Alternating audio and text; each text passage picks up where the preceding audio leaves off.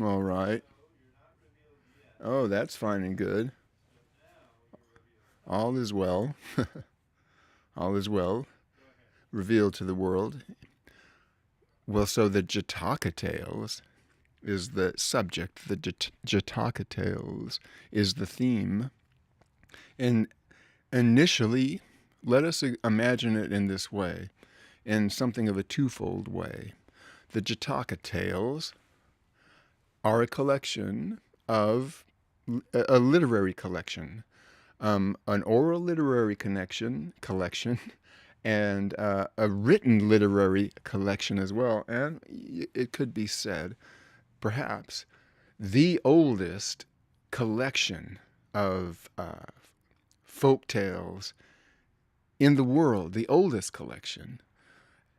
So you can see it from that standpoint, from just a very basic literary standpoint, a collection of tales. And it's not just tales, though. It's also, it's not, well, all kinds of tales, various forms, parable, vignette, teaching, anecdote, soliloquy, instructive verse, mnemonic verse, long prose tales, sometimes of great complexity, bordering on, if you take it within its own terms, an epic kind of length, and other ones are quite short and very reminiscent, if not almost identical with Aesopian tales and shorter literary works, oral literary works, folk literary works of this nature. It's a collection of that. And as such, that has certain richnesses and certain perplexities also. The richnesses of it are, these are manifestations off the tongue, off the cuff, in speech of real and alive peasant cultures, tribal cultures, agricultural cultures, municipal cultures, trades, workers, and also literature of the court with kings and the queens and the princes and the courtiers in all walks of life can be found the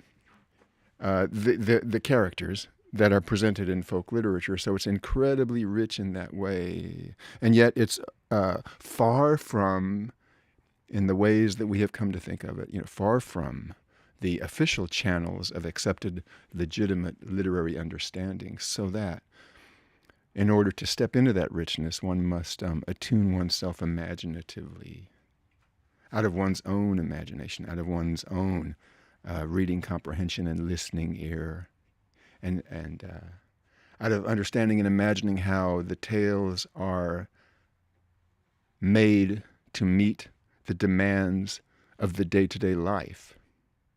So they're presented in terms of action. And yet we can look at it and we can begin to draw ideas and thoughts and philosophies from it too. So the richness is kind of very much like the perplexity. And the perplexity, of course, is just the vastness of it and the blurriness of the edges of it. It's like a lake or a vast inland sea.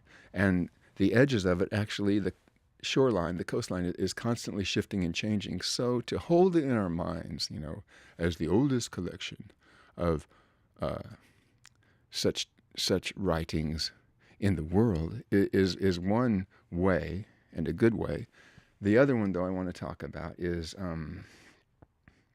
because of the one particular characteristic of the Jataka tales. This is the one particular characteristic which means that when you approach it in that way, you are looking at life after life after life, connected intimately by a single and particular thread of meaning, because Jataka tales, it means birth tales. They basically are stories from all of them, or some of them, manifold and so numerous, but 547, I think, is the official number of tales in the Jataka tales. They are all united by the single thread of being episodes from the previous lives of the one who was born in his final incarnation, quote unquote, as the Buddha, Prince Siddhartha, Shakyamuni of the Shakya clan, the Kshatriya warrior caste from whom the royalty came at this time and in this place. Northern India, 5th century BC. Prince Siddhartha, the one who was born a prince with all manner of transcendental prophecies attached to the greatness of his coming kinghood from the time he was an infant, along with, speaking of perplexity and richness, along with prophecies of his true and real destiny as a great teacher of the world.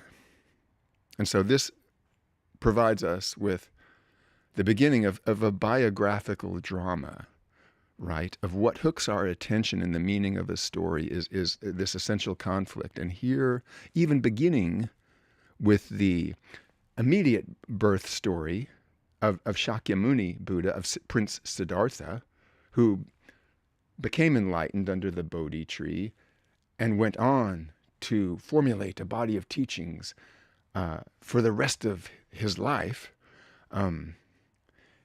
That was what came to be called the impetus of, like I guess it's like a magnet, and the pattern of the iron dust that is drawn to it, right? Wave after wave, other tales collected around the body of teachings left by the Buddha in his lifespan as Prince Siddhartha the Buddha. A great variety of literatures, right? Teachings, discourses, parables, tales, stories, oral literature spoken in the vernacular, in the language of the people, on all levels of society, for the Buddha's connections, the Sangha, the community, drew from all levels of the society, from the royalty on down.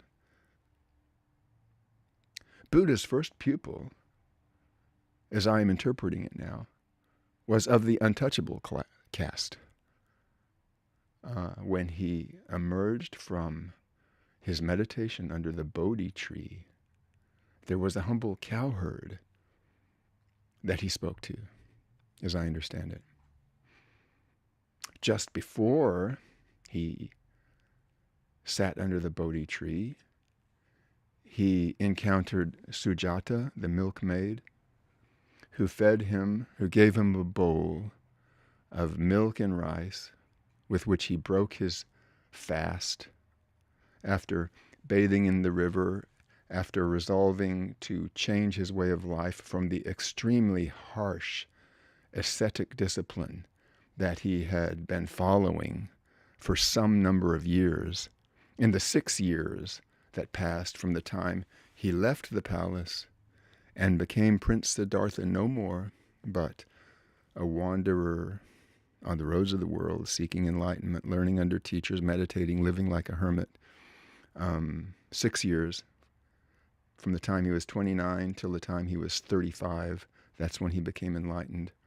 After that, he lived and taught and produced from his consciousness, from his speech, from his bearing, from his way of being, from the community that he founded with rules and mores, and all the people contributing the inspired input of their own living character as seekers of what Buddha had realized, an awakened mind. For that point, from the age of 35 until he passed away, it is said at the age of 80 or so. So then, there's this entire body of teachings, and parables and stories and recollections and connections. We don't know, by the way, what actual language that Buddha spoke in. Now, the language that's associated nearest in time is Pali, a vernacular kind of language out of the Sanskrit groupings. And that's when the teachings first began to be written down, some 100 or more years later, maybe more than 100 years after that, were the writings, the teachings written down on leaves in Pali. But the language Buddha spoke in, as I understand it, we don't rightly know. But it must have been some language related to this vernacular form of Sanskrit, Pali. So I don't know. I am of a mind at this moment, and I could be wrong, that it was maybe 400 years later that it began to be written down, or maybe 100 years before the birth of the Common Era, and then maybe 100 years after that, some period of like 200 years. But the actual event of the Buddha's life was 500 BC. So what I'm saying is, the language was oral language. It was born from Buddhist consciousness in vernacular language, in everyday speech.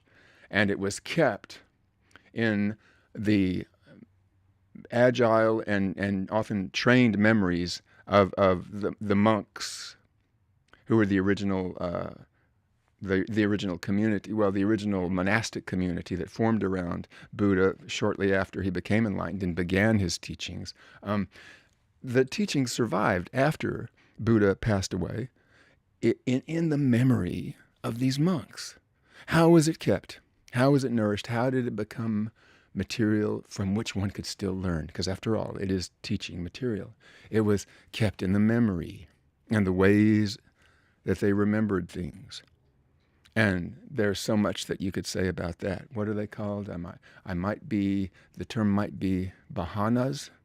These were the reciters of the material. That was a specific literary task of the monks.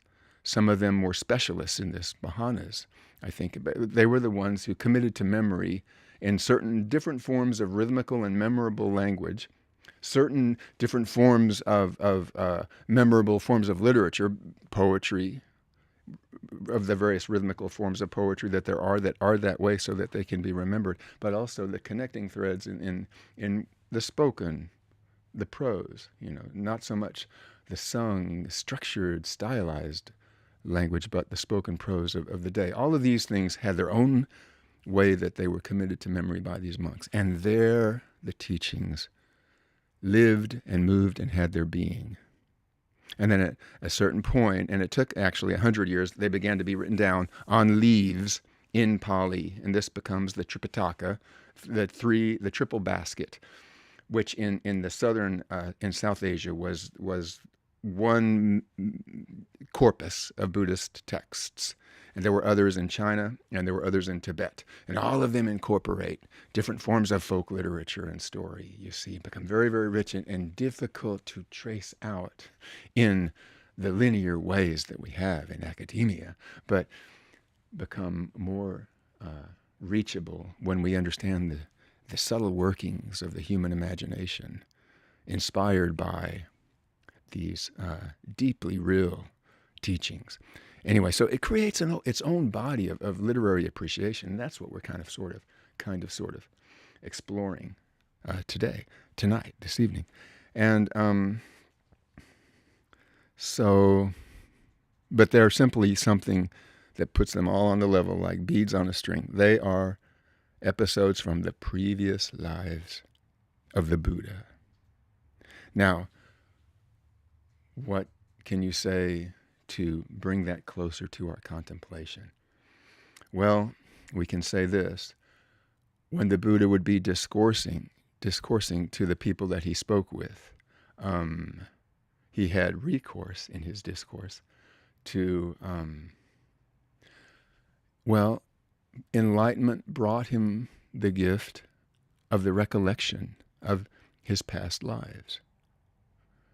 You see, and so he would refer to himself and others in their past lives and present them as stories which, mirrored or brought elucidation to the problems of the day, or the themes and the subjects of the talks that he was giving.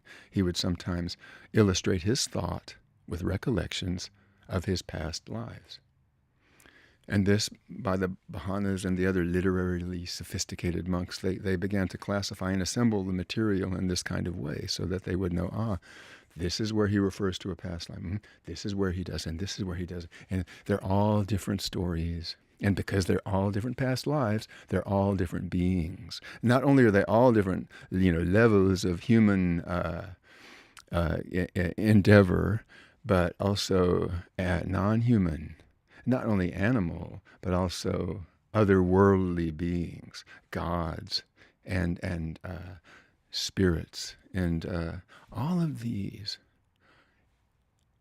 have Buddha nature, of course. So, as having Buddha nature, that means some aspect of the life of the Buddha has taken place within the boundaries of their individual times and spaces. And this is the wonder, right, that the stories bring us, the Jataka tales bring us, but not just in the most general terms, is that. Well, and so, the oldest collection of folk tales in the world, starting from these leaves in the language of Pali, making their way all around the world, from mouth to mouth, from ear to ear, and as storytellers do, extemporizing, changing all the time, taking on the local characteristics, you see. This is what the stories do, just like this is what everything else does as it travels through the world. It changes and moves and takes on different forms, and sometimes it goes under and travels out of sight and out of mind, and then it surfaces again, brings more accoutrements to itself, and sometimes it sounds and gathers from the depths and brings it up into the light in all these different ways, noticed by and seen by all these different kinds of people. Always, though, in their own consciousness, because that's where the teaching of the Buddha is realized, in one's own individual quest for enlightenment, in one's own understanding of what that means in moral terms, as a being among all the fellow beings. And whenever you're talking about moral terms of beings among other beings, you're talking about dramas and conflicts and stories and processions, scenarios, and structures by which those scenarios are imagined and made possible to be meditated on for future generations. Literature is moving in this way, very creative form of literature, unlike anything else, and yet universal in the way that, that imaginative inspiration moves, which is why we're studying literature, to learn about that. And so we can see this happening even when we think about the form of the Jataka tales as Jataka tales. But now here's another thing. Let's talk about that a little bit. I did mention, it stems from, we could loosely call it, a meditative gift. The meditative gift given to the Buddha in his enlightenment under the Bodhi tree, the tree of wisdom, the gift given to him to be able to recollect past lives, his past lives. Who knows if it was all at once or if it was like a seed that grew and exfoliated according to its own patterns and its own structure, this gift of recollecting one's past lives, maybe the flowering and the fruitage and the growth of that, gifted tree of thought. Maybe that happened over the rest of the time that Buddha walked in this time and space world. And so as his consciousness, worked out its individual destiny on this earth, his destiny took the form of these stories and parables and teachings and things. And so that original life is reflected in all these different ways, and then themes are drawn from that. But as I mentioned then, so it was, though, a meditative gift, the gift of recollecting past lives.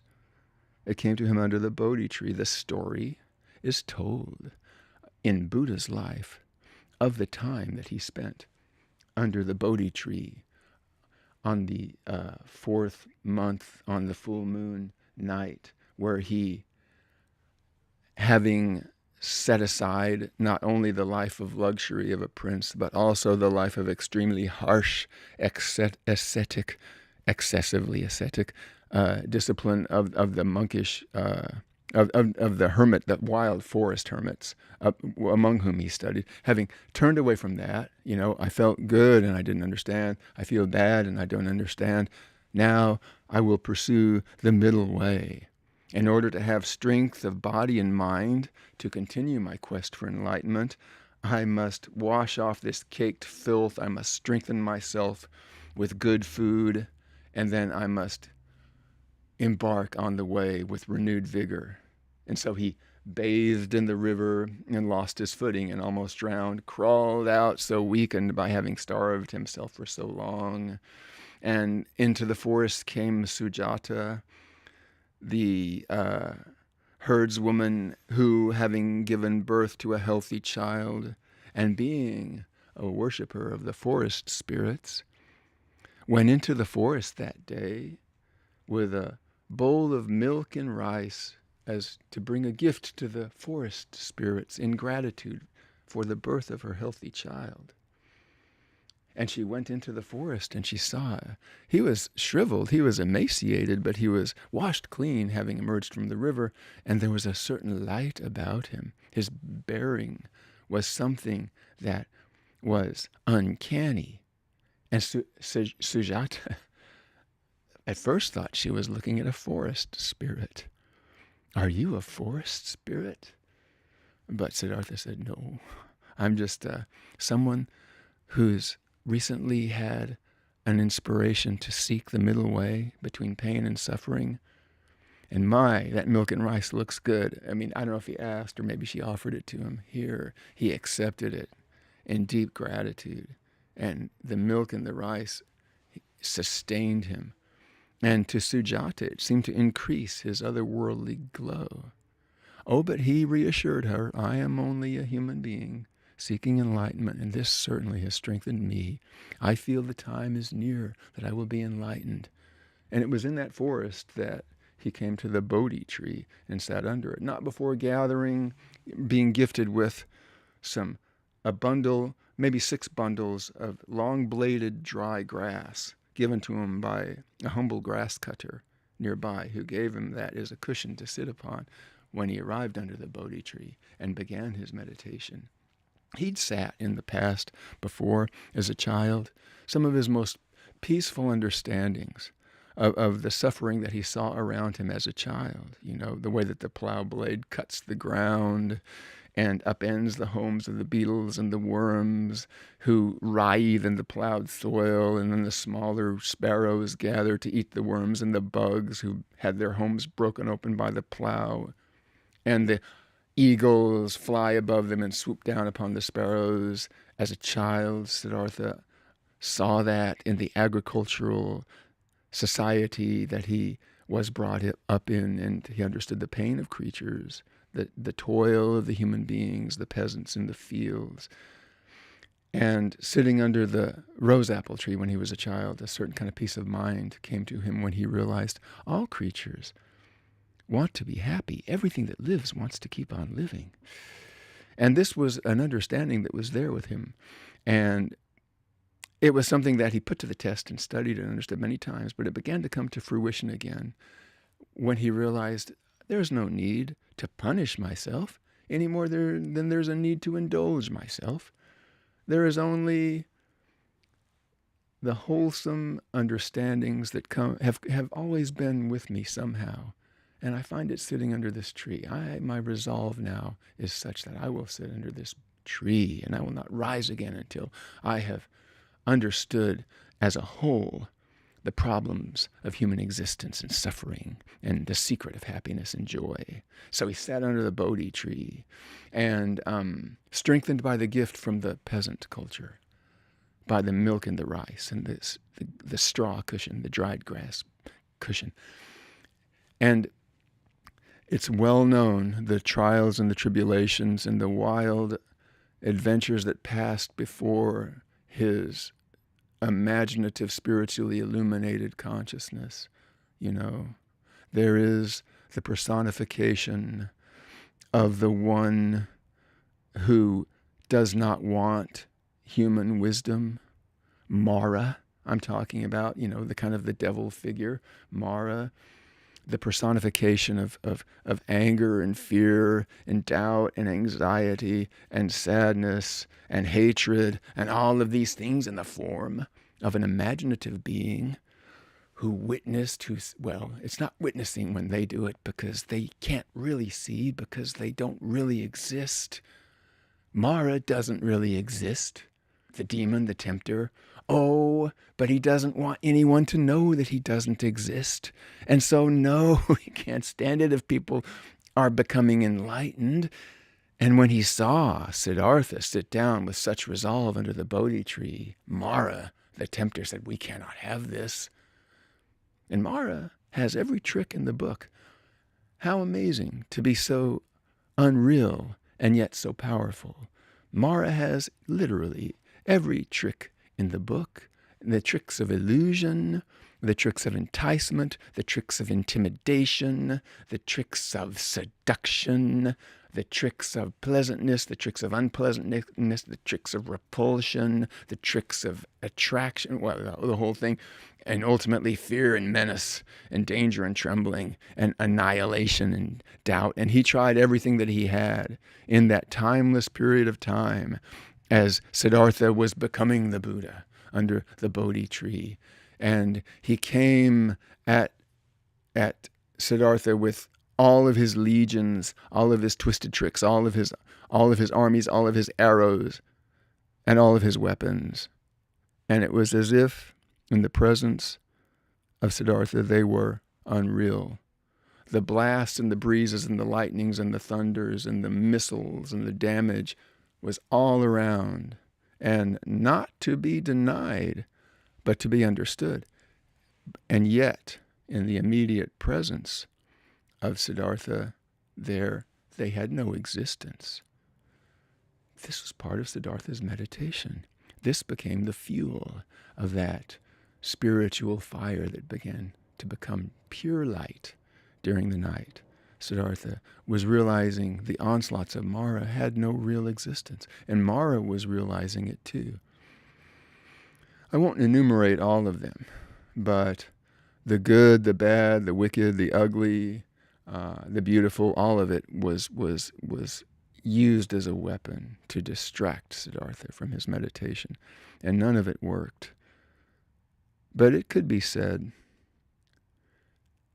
that the most powerful one, at least there's this way of understanding it, was when finally Mara dismissed all his legions and all of his tricks and his wiles and his children and his animals, and just approached Siddhartha as himself, standing before him with one last trick. But Mara doesn't have to say that. Mara said, hey, this is no trick. Look, you, Prince, it's me. I'm Mara. Just me. I know who I am, but what about you? You're a prince. Ooh, who lives such a pampered life. And oh, for 6 years you've been acting out, living in the hills, slumming it in the forests, letting the bugs bite you, Going without food, Fasting, is that it, Oh, have you been, meditating? What makes you think that you can really achieve anything? Haven't you just fled from a life of true power, and you're just here imagining things? Even I could be your imagination. You are not real yourself. You are not worthy. You are not worthy. Show me a witness. Mara's challenging taunt. Tell me who will attest for you to say that you are anyone to be doing what you're pretending to be doing or trying to do, said Mara. These are familiar tones, are they not? They're part of our human consciousness. It's the voice of whatever you want to call it, troubled doubt, demoralization, discouragement, whatever you want to say. Siddhartha did not engage as power against power. Siddhartha simply touched the earth, not changing his meditative seated position. He touched the earth. The earth is my witness, and every particle of earth and every particle of life connected with the living web of particles, making the whole, that is, the earth, spoke in its own voice and said, I attest, I attest, I attest, I attest, as one I, not I, as one I, the earth spoke. Why? Because the earth spoke out of its own Buddha nature. And every living thing, every living being that had ever lived and had ever died also spoke and said, this is real, Mara. This is real. This is reality. And then Mara wasn't there anymore. He took himself to more, amenable climates, I guess. And Buddha was starting to be alone. And it was then, of course, that without the interference, of phenomenal existence and all its wilds, that's when it's easy to imagine it this way. That's when the gift of the recollection of past lives would naturally be there, because then he would see, oh yes, I put my hand upon the earth and the earth spoke back to me in a voice that is also mine. It was a voice always. I see it here, I see it here, I see it here. It's all in these particulars. And the Buddha knew that these particulars are my lives, all of my previous lives. And they are lives we have all lived, because things are interdependent, and the self itself from its own side does not endure from time and space domicile to time and space domicile. Not in that way. The drop is a drop, but the water is always water. And this is how, I think, formulation, philosophically, this is imaginatively, this is how we can understand how it could be that as a gift, the recollection of past lives would be given, Why? In order to help people, in order to be saved in one's own real understanding. But as things are, it is of one whole with helping others, you see. So the generosity, of what needed to be done once he rose up from the Bodhi tree and went out into the world, and the monks, the hermits, the harsh ascetic hermits, wild-eyed, saw him walking down the road, and at first, when they saw him, they were angry. He's the one who abandoned our ways, of course, because they were fanatics, he abandoned our harshness. He's an indulgent one. He abandoned the path. Oh, but look, it seemed like when Buddha was coming back, it was unmistakable to them, because they, as well as being fanatics, they had a practiced eye for such things, and they could recognize authenticity, because that's really that was their intention. No matter how kooky were their means or harsh, they knew it when they saw it, because they too were of the consciousness of Buddha. So when one of them came up to him and said, Are you a god?" And he said, "No, I'm not a god. I am." "Oh, then what are you?" "I am awake." And of course, Buddha means awake. It means wisdom. It means many nuanced meanings, but it means awake. And certainly he said, "I am not a god. I am awake." Well, wow, wakeness is something that is in us all. Yes, but here are the hindrances to it. Here is what helps it, Here is the reality of it. And then, of course, the Buddha, he did speak to the untouchable cowherd, and then he went back to where those ascetic hermits were, and those were the ones that he first began to deliver the public teachings to. And this is one to whom he spoke the Eightfold Path and the Four Noble Truths, suffering, the reality of suffering, the causes of suffering, the solution, the healing, the understanding of suffering, and the path. the Noble Eightfold Path of right mindfulness, right speech, right livelihood, right concentration. There are 8 of them. And each of them is a particle of the other, and each of them is its own whole. And there you are. The moral core of the structure of the teachings and the way that they were delivered was something like that. There were groupings of different ideas, and then presented in the ways that they had learned to speak to each other, those who were on the path of meditation. And it is among those that the Buddha was able to formulate his teachings, and that came around him like a school, right, or a monastery, and from this there formed this ecclesiastical structure, without the whatever normal associations of a word like ecclesiastical can be. No, this was the moving community, the Sangha, the community of those who were learning from this particular teacher, the Buddha, Shakyamuni, now once Prince Siddhartha. And so during the course of this time, the Jataka tales, kind of the seed of them, came out of that during that period of time. And then they were strengthened and changed and became part of the vast mystery of the human imagination, living in the speech of the people for generations. And then they became written down, you see. And then they became assembled, translated, debated over, thought about, meditated upon in all these different settings, feeding into all of these different kind of cultural domains, of religion and philosophy and morality and all of this, in history. And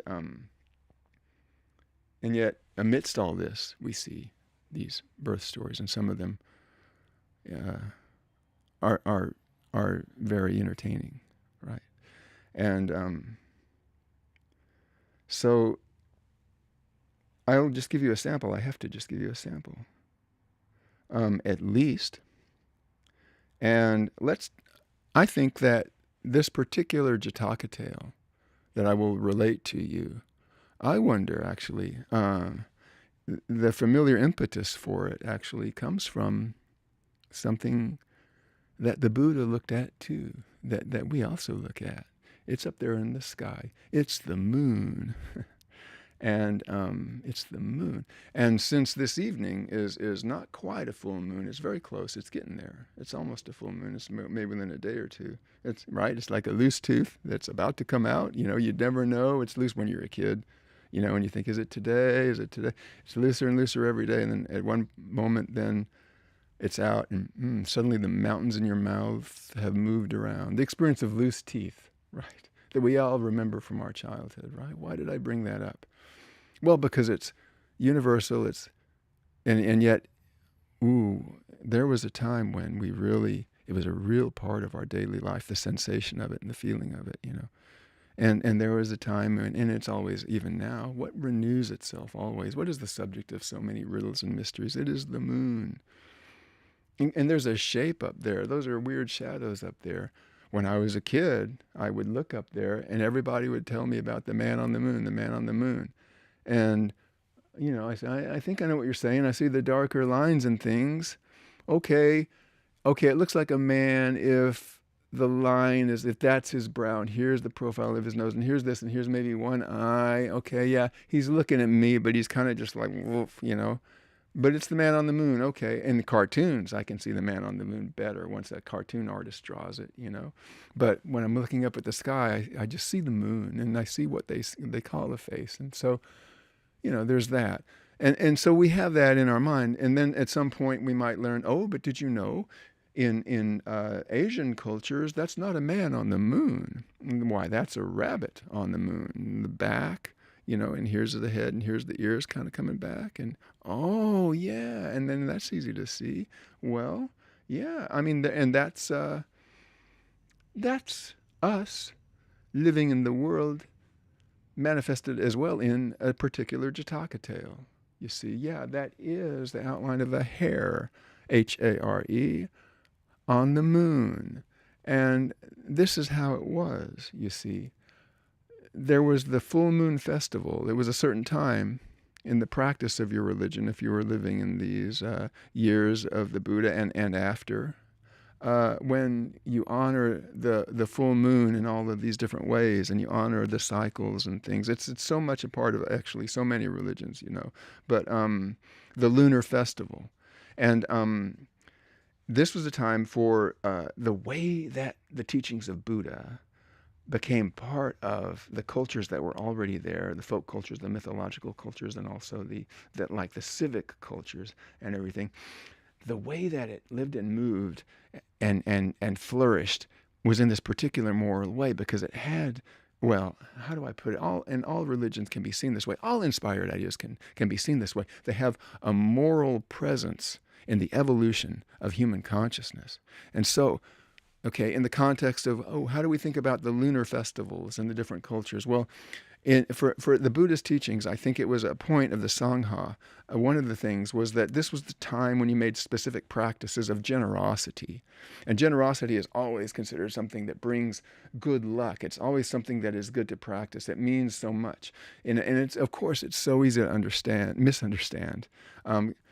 In all the manifestations of misplaced and misunderstood generosity, or things that seem to be generous but aren't really, all of this, that's so perplexing and an obstacle that we find every day. But then there's also the real sense of generosity, which is something, a living energy, which nourishes a living energy that helps communities to flourish, because people then are well disposed to each other. When acts of generosity are given in certain socially recognized ways, then that's kind of like a common acknowledgement of the mysterious nature of goodness and goodwill between people, which is so important in the village and in the city and actually everywhere, of course. But these are, village cultures and things, and it's evolving in this way. Of course, they're also urban cultures. Buddha was living and moving all around India at this time, and he was in all these places, and all these different environments are reflected in the Jataka tales. So the lunar festival was something where you practiced generosity, and one of the specific ways of practicing generosity was you made offerings to the holy men, you made offerings to the mendicant, you made offerings to the poor. They were offered out of one's own desire, not only on the most literal level of wanting something in return, which they do, they pray for you, you see. But also on the level of, this is something for me that I am doing to help my awareness and understanding of the everyday life so that my pain will be less. That was a living understanding in people, every bit at those times as it is now. And it could be seen in these where you make offerings to the mendicant and to the poor and everything. So this is how that was. But also there's all this, the universe is full of all these other life forms, and they all speak in their own way, and they all are on their own soul quest. The Buddha said often, don't think I have just been a human being in my previous lives. Once, and I think it was probably spoken in the third person, once the Bodhisattva took birth as a hare in a forest, and he was with his other friends, an otter, a monkey, and a jackal. And they lived together, and they lived each in their own homes and in their own ways of life. But they would meet together and speak together as friends. And the hare was kind of like the one that they would go to for guidance. And the hare would speak to them, and it was the Buddha in a previous life, would speak to them and say, yes, remember to practice generosity on the full moon. Remember, it's not just for yourselves, you see. It is for others. And of course, he is speaking, animal nature speaking to other animal natures.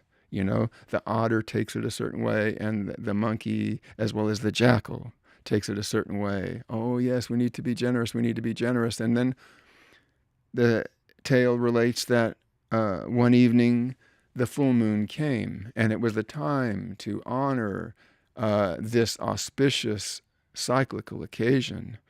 And the hare urged them all and reminded them, probably more like urging, reminded them that this is the time when your generosity could become real. It could become a more real form than your usual habitual way of being generous. Let's make it real this time. Let's make this festival have something real in it, which will be our real generosity.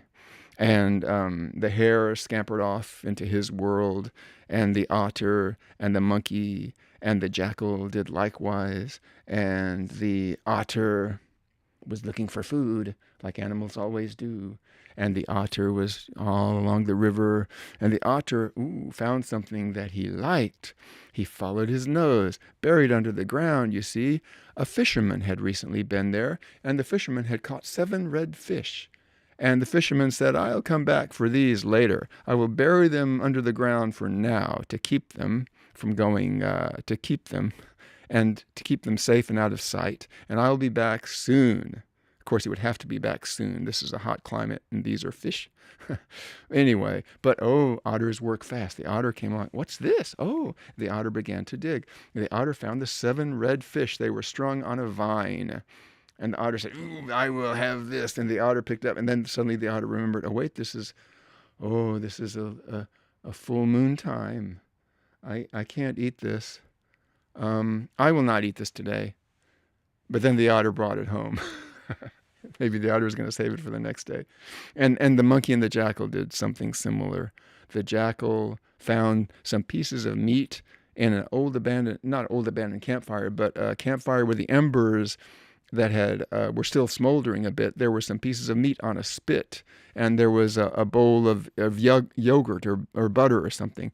And the jackal, he put his head through the handle of the small pot of yogurt, and he bit the spit upon which the pieces of meat were in his mouth. And then he ran off, and then he dropped them onto the ground some distance away when it was safe to devour them. And then he realized, this is a moon festival time. I've got to be generous. I cannot eat these today. Someone else will get them later. I'll bring it home. And so the jackal brought it home. And the monkey did likewise with some mangoes that he found. Ripe mangoes, but he didn't eat them. He brought them home for someone else. He was not going to eat on a feast day. So these were real acts of generosity. The hare, going along, thought, now I have made offerings to mendicants and monks. I have made them. I've offered them things I eat, potatoes, carrots, cabbages, things like this. But today I want it to be different. I want them to have something substantial, to really nourish them. I will offer myself. They can eat my meat. That is what I will do if I meet a monk. Well, at that moment, and here's another thing about the Jatakas. They have their own associated kind of cosmology. There's different forms of heaven in the Jataka tales. There's the heaven presided over by Shaka, and Shaka is the god of a particular heaven where beings are reborn when they have performed acts of generosity. This is one of the heavens. And remember, the Buddha doesn't stay in the heavens. The Buddha comes back to be in the world to help people, because that is how enlightenment is fulfilled. Nevertheless, in the times between his births, the Buddha and others live in these wonderful heavens where it's nice, and some want to stay there forever, but some agree to become born again to help people. But anyway, in the Tusita heavens, and maybe that's what it's called, but Shaka, the presiding god there, sitting on his marble throne, felt it grow warm, and Shaka said, the warmth that is emanating from the throne upon which I sit in rulership of my heaven is growing warm, quite warm. That means on earth, some being is doing something good and something generous. I want to see that. I want to be involved in that. And so Shaka left his heaven and took form upon the earth as an apparition, as a god in disguise. He disguised himself as a bent and crooked old man, and who was also a hermit in the forest. And he decided to have a look for himself about how what was happening that made his throne so warm. And he came to the house of the otter, and he asked for alms. And the otter said, "Well, here are 7 red fish, O Holy One." And Shaka, in his disguise as a holy hermit, he said, this is good, but keep it. I'll come back for it later. Shaka seemed to be on the trail of some specific and ultimate act of generosity. This was an act of generosity offered by the otter, but Shaka had other business to go about. So Shaka continued, "No, you can keep that for whenever. I'll be on my way. I might come back for it. I don't know." He needed to see. He went to the home of the jackal, and the jackal, when asked for alms, the jackal said, "Here are some pieces of meat and a pot of yogurt for you, if you want." And Shaka, disguised as a wandering holy hermit asking for alms, said, "Thank you, it is good, but I'll not have it now." And then he went on his way, and the same with the monkey. The monkey offered the mangoes. "Not now. I'll maybe come back for it another time. The offer is good." And Shaka continued walking, still in the form of an old man, until he came upon a hare. And the hare called out, "Holy man, I have something for you. Did he ask the hare, or did the hare hail him? Or did they come upon each other at the same time? And was there some inner recognition that began to manifest? But at any rate, the hare said, I have nothing really for you except myself. I will build a fire, and when the fire is done, I will leap into the fire, and I will cook myself, and you can eat my flesh, and that will nourish you in a way nothing else will." And the holy man just sat and looked, and the hare got right to work. It gathered up the twigs and the tinder and the straw, and it struck the stone to the flint, and it began the fire, and the fire began to crackle, and the wood was added, and soon it was good and solid, just right to be cooked in. And the hare, I should say, took a running start and ran toward the flames, but then suddenly stopped. It came to a screeching halt. Who knows, perhaps a cloud of dust came up. And the hare said, "Wait, stop. I've got to make sure that nothing is hurt that is living on me." And the story tells us the hare shook off the fleas from its hide, and the fleas hopped off so that they would not be burned. And then with a soulful, bounding leap, the hare jumped into the flames. But the story tells us, within the flames, there was no sensation of burning. Instead, it was like, am I at the birthplace of the snow? Why are these flames like cooling, soothing, living, speaking tongues of praise and adoration, not burning me at all? What's happening? And it was then it seems that Shaka said, "Well, those flames are not the flames of this earth, O Holy One, who has offered me the ultimate offering of yourself in a spirit of full sincerity and deep understanding and joy. They are not meant to be anything but the living energy that encloses you in your real form. I see you now. You are one who will always be remembered for what you've done." And so, I don't know, did he pluck him out of the flames and set him down and looked at him a moment with the eye of an artist? I think that I will do something that will make the way you are now be given always as a real shape for all the world to see. Look that way. Okay, as if getting the profile. Okay, here we go. And then Shaka seemed to become gigantic and huge. And he like cracked open a mountain, like as if it was like a cone, an ice cream cone or something.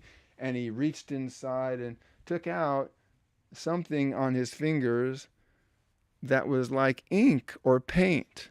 It was like he made ink from the essential insides of the mountain, and then the mountain came back together again as if it had never been cracked. And then with his finger, he looked up at the moon, because indeed, yeah, it was a lunar festival, all right.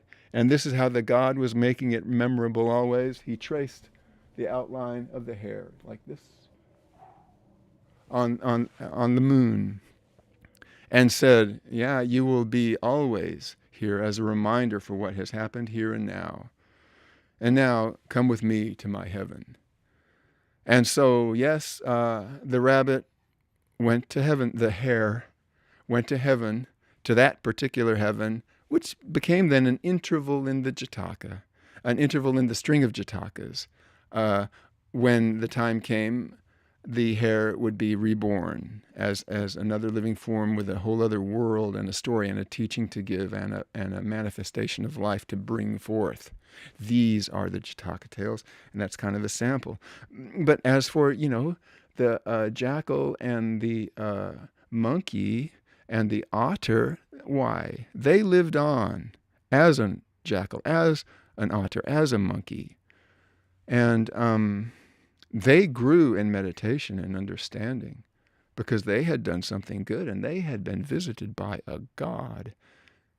And so they sure did remember their friend the hare, though. And sometimes, even when they were old, they all lived to be old. And they would meet together. They always did. And sometimes as time went on and they got older and older, they get together and say, yeah, and the rabbit, yeah, excuse me, yeah, and the hare, yeah, the hare.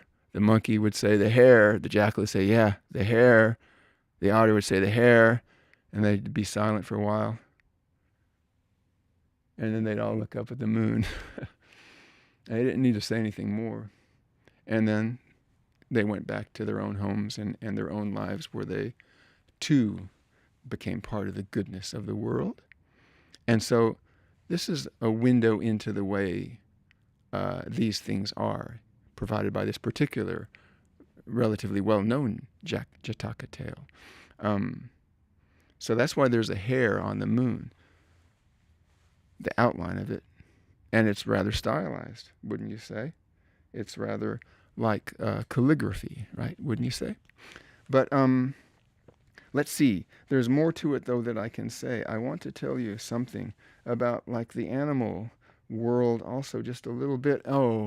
And about cooperation and the virtue of that. We've spoken of generosity. Let's look at it this way. Let's see if we can get to 3 particular virtues that can be shown in Jataka style. And generosity we've spoken of, indeed, yes. And cooperation can be spoken of also. Yes, there's some other things I want to say about that. And then something else can be spoken of also. And what would that be? That might be, it feels like encouragement, generosity, and encouragement, and cooperation. Are these village virtues or something? Well, what they are is they are put in such forms. There's just no end to what you can say that's so good about it. But to be able to approach truly sacred matters, religious matters, free of certain encumbrances that are simply manifestations of habitual thought, and to approach it with a fresh mind in terms that relate to the everyday problems of life is always good, I think, when we can understand literature and religious literature and the arts of scripture, even if you want to call it that, in terms such as that. And so in terms of cooperation, then, that has a lot to do, doesn't it, with our need to live. All living things want to keep living. And the quail, they want to keep living too. There was a covey of quail, and they lived in the bushes and in the lowlands. They were ground birds. And as they went along, living their lives, pecking for seeds, hiding for cover, something was happening. They noticed it amongst each other. They're highly, group animals. They're quail. And they couldn't understand there was less of them. But the leader had a specific kind of understanding. And the leader was alert and watchful in a way that the others were not. And the leader of the quail said to the other quail, I suspect and fear, and I think it's true, there's a hunter. There's nets around here, there's traps around here, and there's decoying around here. You can be lured away from the safety of the group. And that's why there are less of us. Now, it is something called a net, and you will hear a sound, whoo, whoo, whoo, whoo, like a brother and sister in danger, and you will go there. But it won't be that. It's a human with some kind of like whistle or device that sounds like us, but isn't us. But where you're led away into a vulnerable place, into a trap. What's a trap? A net. What's a net? The other quails asked. You will know when a heavy darkness comes upon you.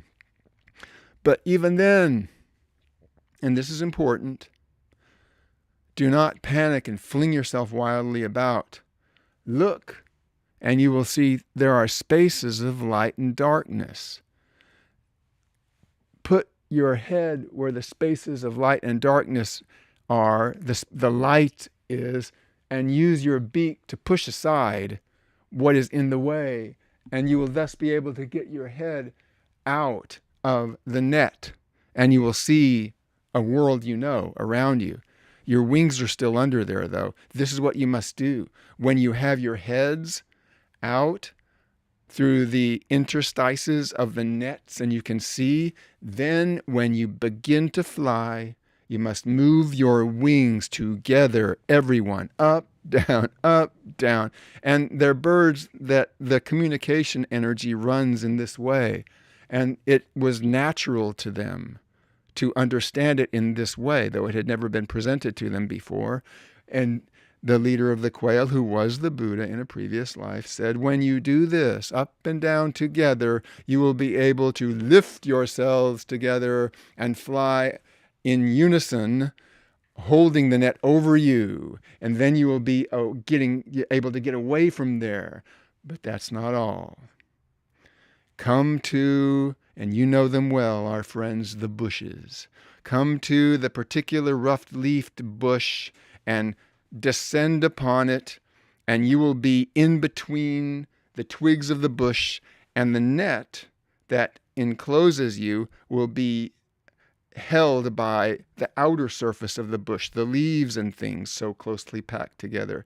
And then slip back through the hole that you slipped through before, slip out from it, and fall down into the bush. And you know the way to avoid the stems and the sticks on your way down. And the net will stay on the surface of the bush, and all of you quail will be able to get free from inside the bush, using the bush as a way to disencumber yourself from the net.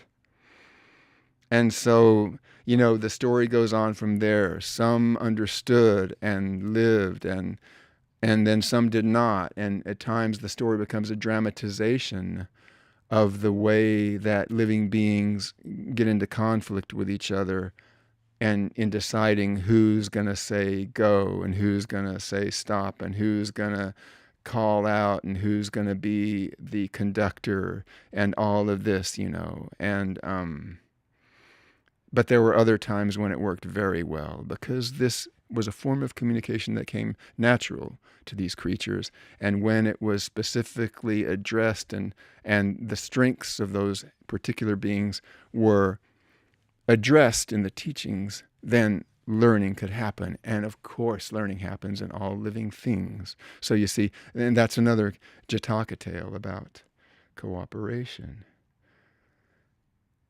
And now I want to tell you another little vignette that puts generosity and cooperation in a certain way together. I would wonder if the cooperation involves cooperation within oneself, in terms of trusting to one's basic and inspired and original understanding of a certain situation, and yes, and not being lured, decoyed by a false voice to turn away from that. So this vignette has someone in it that you'll recognize from the story of Buddha's enlightenment under the Bodhi tree. You'll recognize this one when we come to this one. An interesting one, and yet that doesn't exist. I'm talking about Mara. You'll see where Mara is. Well, there was a good and holy merchant. They're not all monks, of course. Like I say, it's all human beings in all walks of life. And this is important to realize too. This was a time in this part of the world, the 5th century BC, when the merchants were the ones who were moving the unusual goods from place to place across cultures and across mountain ranges and across seas. The merchants were doing this and taking what was from one place and bringing it to another place, you see.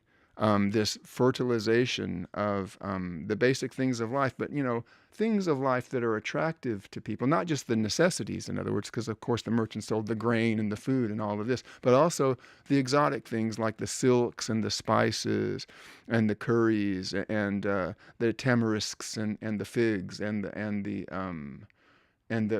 fruits and, the saffron and the silk and all of this. The merchants were moving these mysterious kind of items, things associated before that a peasant would never see, but now in the bazaar, in the marketplace, they were just there to be had if you had the currency to pay. And so, so many of the merchants have a great deal hold a great deal of the stage in the Jataka tales. Everyone holds a great deal of the stage in the Jataka tales, all of us. But in this particular case, early in the morning, a merchant, he was prosperous, he had done well. He stepped out from his home into his courtyard, his very own courtyard. Indeed, he had a courtyard. He was prosperous. He had done well, and yet he was good.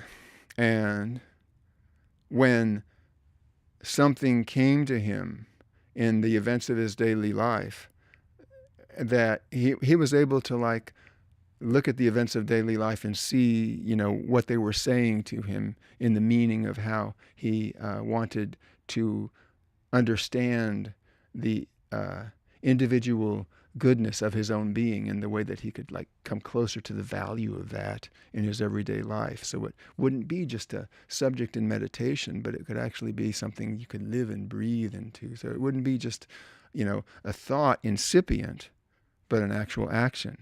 So he attended to the teachings of the Buddha Pratikayas. Of course, there have always been Buddhas, of course. And by Buddha Pratikayas, I mean the ones who just became Buddhas. They weren't able to teach the world the way that Shakyamuni could, but they were able to be what they were. And of course, the Buddha was also those Pratikaya Buddhas, But anyway, the merchant was aware of things on that level. So he stepped out of his house one morning and he began to walk across his courtyard because he saw in the doorway a holy hermit had approached and was at the doorway standing silently with the begging bowl in hand. This is the way it was done. It was an entire decorum, very elegant and very prayerful in and of itself. And then, one responded. One brought the food that one had, and it was something that was always unique and original every time it happened. And a way to practice sincerity and generosity and all of this. And the merchant saw the hermit and said, I will graciously give this one a meaningful offering, because the merchant had eyes of his own, illuminated eyes. The merchant knew that was a Pratyekaya Buddha. The merchant knew that that hermit was not just any hermit. That hermit was living for the sake of the world in the world's own terms, and was there asking for food. What better blessing could there be than giving food when it's being asked for? And so he, with his offering of food in his hand, of the finest food, because he had cooks in his kitchen, and he stepped out to his courtyard, approaching his doorway some distance away. Well, someone was watching, a personified mythological manifestation of everything that is inimical to wisdom. And that's Mara. And Mara didn't want this to happen. No, this connection between that aspiring, inspired merchant and that actual Pratyekaya Buddha who has already eluded my grasp, I will not let them make a connection between themselves, not in my time and space world, and I am Mara. I will stop this with all my powers of fearful illusion. And Mara, waved his finger in the air, maybe. I don't know how he does it, but suddenly, as the merchant was walking, taking the beginning steps into his courtyard to approach the hermit in the doorway of his gated courtyard, the ground just opened up, and the merchant stepped into a pit of flames. And the merchant was now walking with the same tread. He didn't even break stride for some reason, and I'll tell you why. Walking amidst the flames now, all of a sudden, the merchant realized, Mara seeks to overcome me. This is not real. I have my way, and I will make my way. And he continued to walk as the flames yawned all around him. And then, of course, it wasn't just the flames. Of course, Mara amps it up. Mara brought in the bats. Mara brought in the whooshing iron whips. Mara brought in the floating red eyeballs with the eyelashes of the thorns. Mara brought in the twisted faces that move around like undersea monsters. Mara brings the screams of the sufferings of the damned. All of this was all around the merchant. The merchant was fully aware of it and knew that it was illusion. Didn't even react, didn't even give it the energy. This is unpleasant. Or if he did, it was ironically, he knew simply, Mara seeks to overcome me. But I will not be distracted. I will make my way. And he made his way through the flames. And who knows, it seemed an eternity in the space of a single moment, maybe. Mara can play tricks with time. Or maybe it wasn't too much of a thing at all. When Mara realized that the merchant had not even broken rhythm, that put the jinx back on Mara. That Mara realized, his concentration is such that he understands the way things come together in time and space, where he's not going to be decoyed away from his safe place of real understanding and putting the phenomena of the world together into a meaningful whole. I cannot disrupt that with my powers of illusion. Curses foiled again. And Mara faded back. And then, a moment later, the merchant was walking along on the courtyard of his own castle, and the face of the one to whom he was bringing the food offering was before him. He was there at the doorway of his gated courtyard. And he wordlessly offered the food and put it in the begging bowl of the Pratyekaya hermit, beggar. And it was an old man. And the merchant looked into the face of the old man, and the old man just said, "Well done," and then stepped away. And so it's like they shared a little secret. I wonder if the Buddha knew that also, or maybe it was like, hey, maybe the Pratyekaya Buddha saying, "Hey, this is going to be good. I eat good now." Maybe he did that. Yes. But anyway, so I wanted to relate some of that. So that's a little bit about not being discouraged. That's a little bit about generosity. That's a little bit about, cooperation and all of these things, little vignettes from the Jataka tales, from the birth stories of the Buddha, offered to us to peruse and study and appreciate. In our minds too are coming to become aware and awake of the real things of life, and to dispel the forces of illusion and see through it and keep our concentration, our understanding, and our courage and our serenity and all of this, all the good things. Anyway, I thank you for your heroic listening and say to you, so long for now.